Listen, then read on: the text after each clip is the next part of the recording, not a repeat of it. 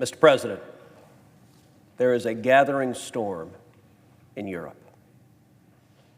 I rise today to discuss the brewing crisis posed by Russia's aggression and, tragically, how the reckless actions of President Biden have enabled it. This morning, all 100 senators participated in a classified briefing where we heard from the Secretary of Defense and the Secretary of State and the Chairman of the Joint Chiefs of Staff. We heard about the magnitude of the threat from Russia. We stand here today with Europe facing the greatest peril it has faced since 1945. These are ominous and chilling times. And we did not arrive here by accident.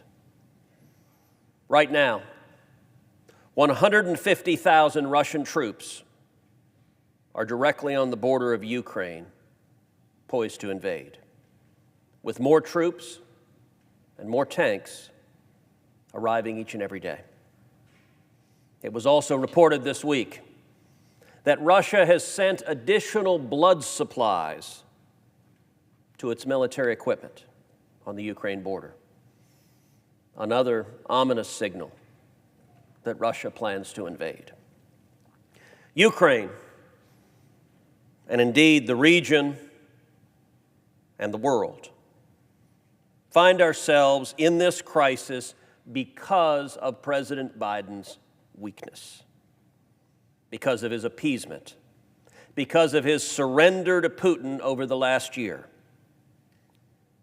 And now, instead of rising to meet this moment with strength and resolve, President Biden continues to shrink from it with more weakness and appeasement. One question that was raised in the briefing this morning is, why didn't this happen in 2017? Why didn't it happen in 2018? Why didn't it happen in 2019? Why didn't it happen in 2020? What changed? And Mr. President, what I will suggest what changed. What changed is the occupant of the Oval Office, who has demonstrated weakness and appeasement virtually from the moment he rested his hand upon the Bible. It's a pattern. As a result of President Biden's weakness and appeasement, this administration gave Afghanistan to the Taliban, and 13 American service members were tragically murdered. As a result of President Biden's weakness and appeasement, this administration is ramping up to give a nuclear arsenal to the Ayatollah in Iran. The very same Ayatollah who chants death to Israel and death to America, the Biden administration is preparing to facilitate that Ayatollah having the weapons of mass murder to carry out those pledges. As a result of President Biden's weakness and appeasement, the Biden administration is in the process of ceding Taiwan to Xi. President Biden has even banned any Taiwanese official from displaying a Taiwanese military uniform or displaying a Taiwanese flag on U.S. government property. Why? Because it offends the communist government in China. And again, right now, today, as a result of President Biden's weakness and appeasement, the Biden administration is in the process of abandoning Ukraine to Vladimir Putin. Putin didn't just wake up one day and decide to invade Ukraine. He has wanted to invade Ukraine for years, and he did so in 2014. But he stopped short of a full invasion then because he couldn't endanger Ukraine's energy infrastructure, which Putin needs to get Russian natural gas to Europe. So Russia formed a consortium to build Nord Stream 2, a pipeline stretching directly from Russia to Germany under the sea so that Russian gas could circumvent Ukraine altogether. We have long known about the dangers Nord Stream 2 poses. That's why in the last few years, Democrats and Republicans here in the Senate have come together repeatedly and taken bipartisan actions, passing sanctions on Nord Stream 2 with overwhelming majorities. I led that effort, drafting the Cruz sanctions. They were supported by every Democrat in this chamber. They passed overwhelmingly, and they worked. They succeeded. They stopped the pipeline literally the day they were signed into law. The story of how that happened is well known to every senator in this chamber, as is the story of how the new president, President Biden, inexplicably and catastrophically decided to squander that hard-fought geopolitical victory and turn a victory for America into a loss for America and our allies. Many a Democratic senator standing on this Senate floor has quietly expressed frustration, confusion, anger, why the Biden administration would surrender to Russia and give away the victory we had won.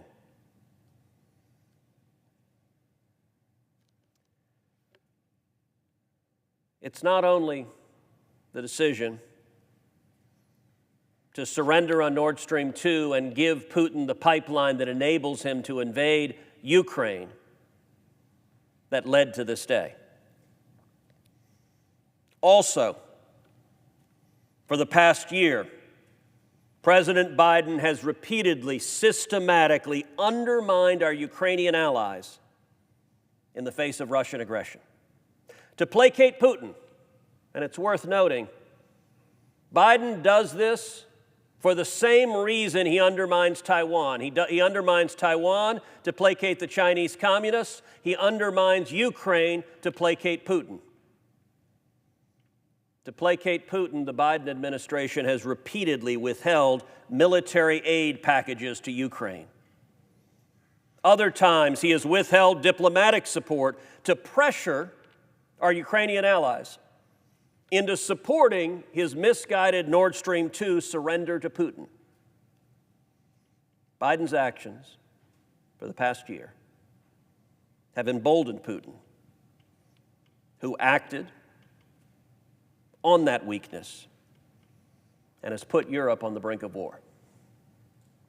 So what can we do right now, today, to promote peace and stop an invasion? Well, our Ukrainian allies have told us again and again what we can do and what we should do. All we have to do in the Senate is listen to our friends in Ukraine who are on the front line. Number one, sanction Nord Stream 2 immediately, right now, today. And number two, give the Ukrainians weapons so that they can defend themselves. Just last week, the chairman of Ukraine's parliament wrote a letter to the Senate about exactly this. Mr. President, if you have not read the letter from the Ukrainian parliament, I commend it to you. It's an extraordinary letter from a nation on the brink of annihilation at the hands of Russian aggression.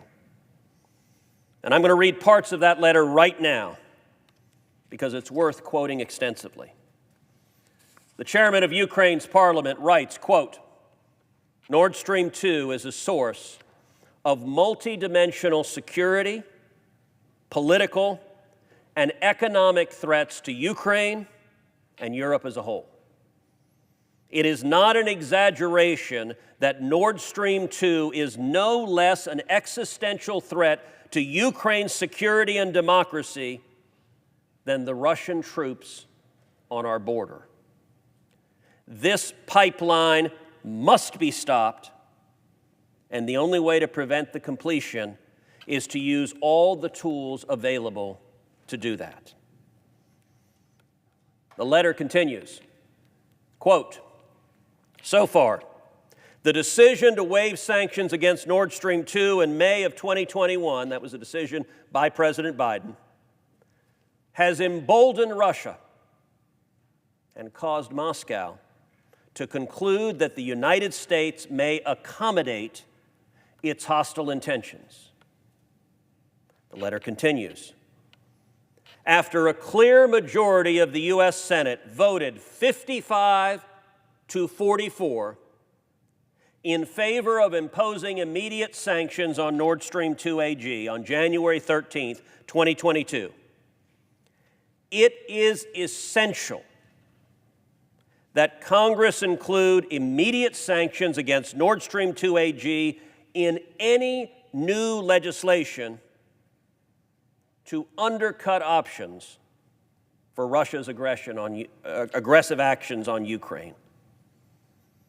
The letter goes on, asking for, quote, "a clear trigger for the instant and unqualified imposition of any sanctions that are not imposed immediately upon enactment of the legislation," arguing that, quote, "while some sanctions, like sanctions against Nord Stream 2, should be imposed immediately to demonstrate to Moscow that the United States is indeed serious about severe measures, including removing Russia from SWIFT, the trigger for these future sanctions must be clear in order to be effective."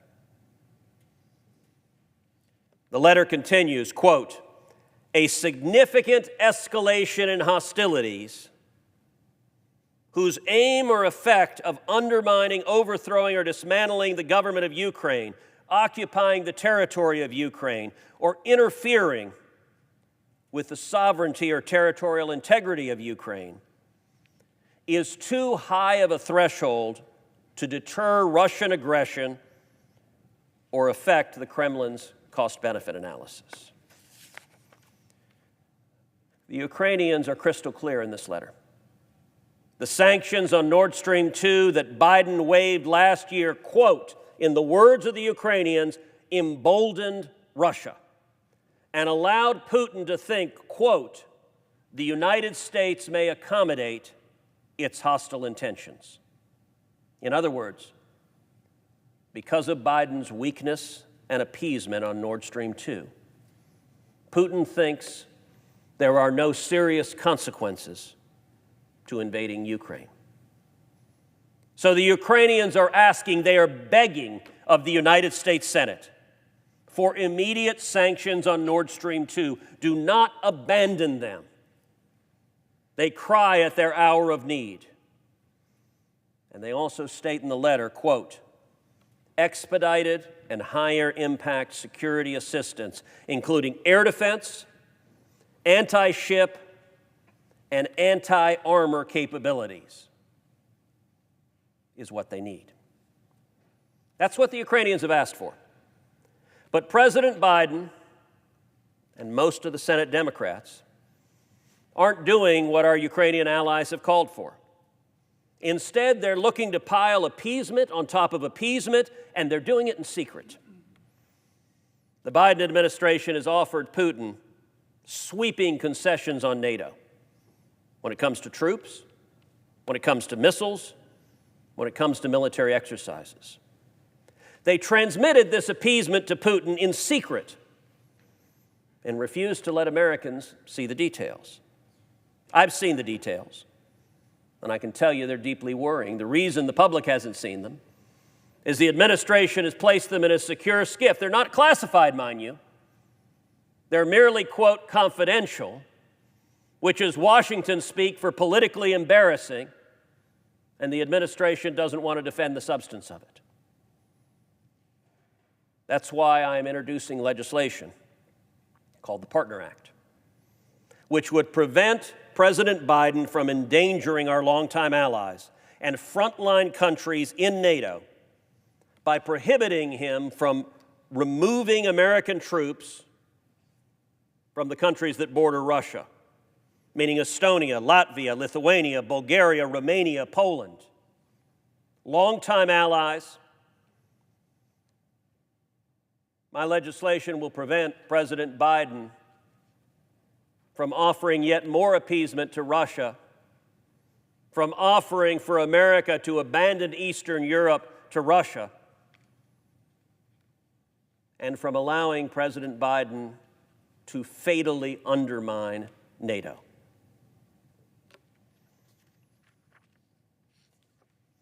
Madam President, I also want to address the fact that some think we should stand down and not resist Russian aggression because they say Biden will send American troops into Ukraine and start a shooting war with Russia if Putin invades. I want to be clear and unequivocal. We should not have American soldiers in Ukraine. Under no circumstances should we send our sons and daughters to die to defend Ukraine from Russia.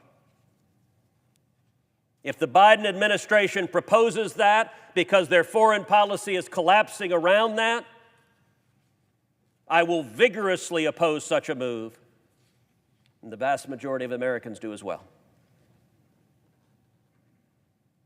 But critically, the Ukrainians aren't asking for that. Ukraine is not asking for a single American soldier. Ukraine is saying do two things: sanction Nord Stream 2, the pipeline that enables the Russian aggression, and provide them with the military weapons so that they, the Ukrainians, can fight to defend their own nation from the invading Russian army.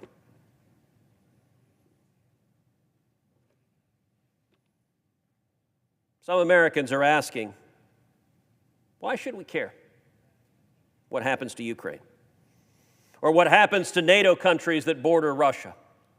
Now, let me be clear. There's some who justify American foreign policy and say we have an amorphous obligation to protect democracies. We have an obligation to protect international norms. Madam President, I think all of that is bunk. We have an obligation to protect the national security of the United States of America. The Commander-in-Chief's obligation is to keep Americans safe. What does that mean in this context? Well, I want to make 4 points. Number one, what Putin is trying to do is reassemble the USSR. If he succeeds in doing so, it would be catastrophic for global stability and American security. Putin and Russia are an enemy of America. When the Soviet Union was bigger, stronger, mightier, and with a bigger military, the lives of Americans and the lives of our allies were in far greater jeopardy. It is overwhelmingly in America's interest to prevent Putin from reassembling the Soviet Union because we do not wish for our enemies to become stronger and use that strength against us. Number two, Putin is trying to seize control of energy. If he's successful, it will be felt by Americans filling up their cars with gas or trying to heat their homes in the winter. We've already seen what Putin has done with Nord Stream 2, and he's not going to stop there. Number three, we have a formal obligation, a commitment the United States made to help the Ukrainians defend themselves. Why is that? Well, after Ukraine successfully declared independence from the USSR in 1991, the United States signed an agreement called the Budapest Memorandum on Security Assistance. The Budapest Memorandum Under the terms of it, Ukraine agreed to give up its nuclear weapons. Ukraine had the third largest stockpile of nuclear weapons on the face of the planet. America agreed quite reasonably the world would be safer if Ukraine did not have nukes. And the brand new Ukrainian government agreed and gave up their nuclear weapons, making America safer and the world safer. But the Ukrainian government did not do so for nothing. It did so in exchange for explicit assurances that the United States would protect Ukraine's territorial integrity. Let me reiterate that. The United States made a formal commitment to the Ukrainians that if they gave up their nuclear weapons, we would help them protect themselves. And the Ukrainians are asking us to honor our commitment in the form, and they're very specific what they're asking, in the form of immediate sanctions on Nord Stream 2 and weapons so they can defend themselves. We need to send them that lethal aid.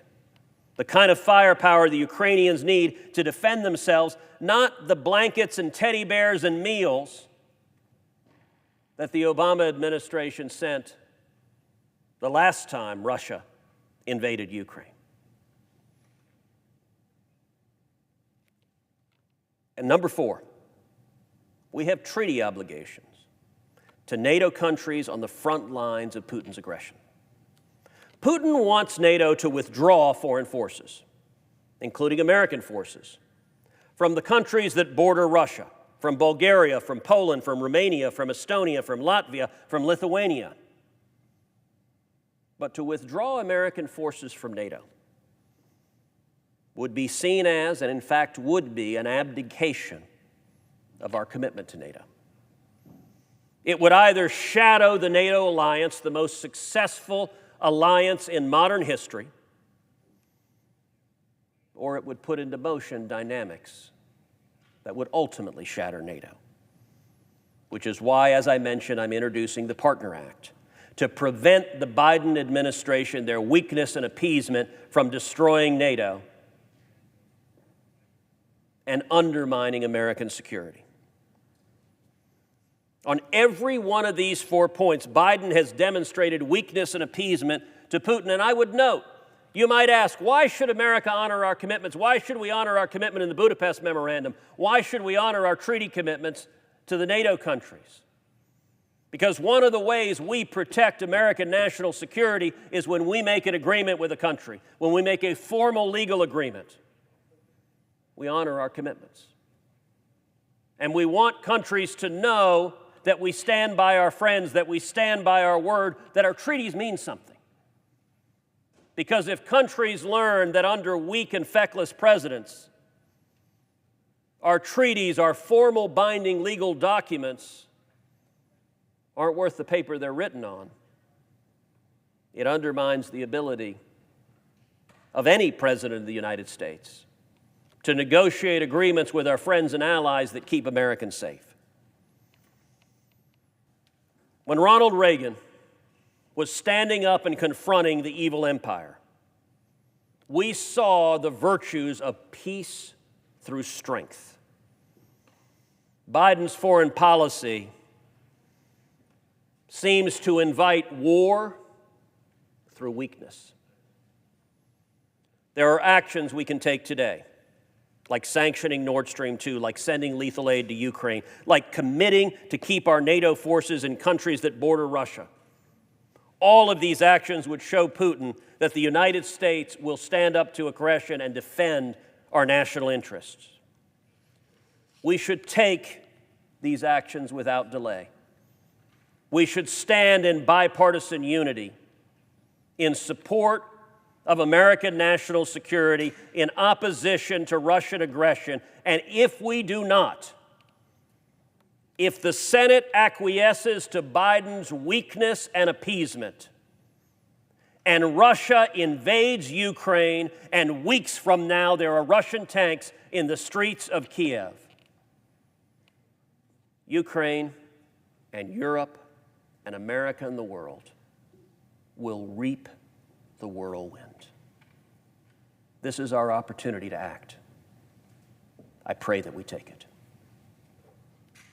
I yield the floor.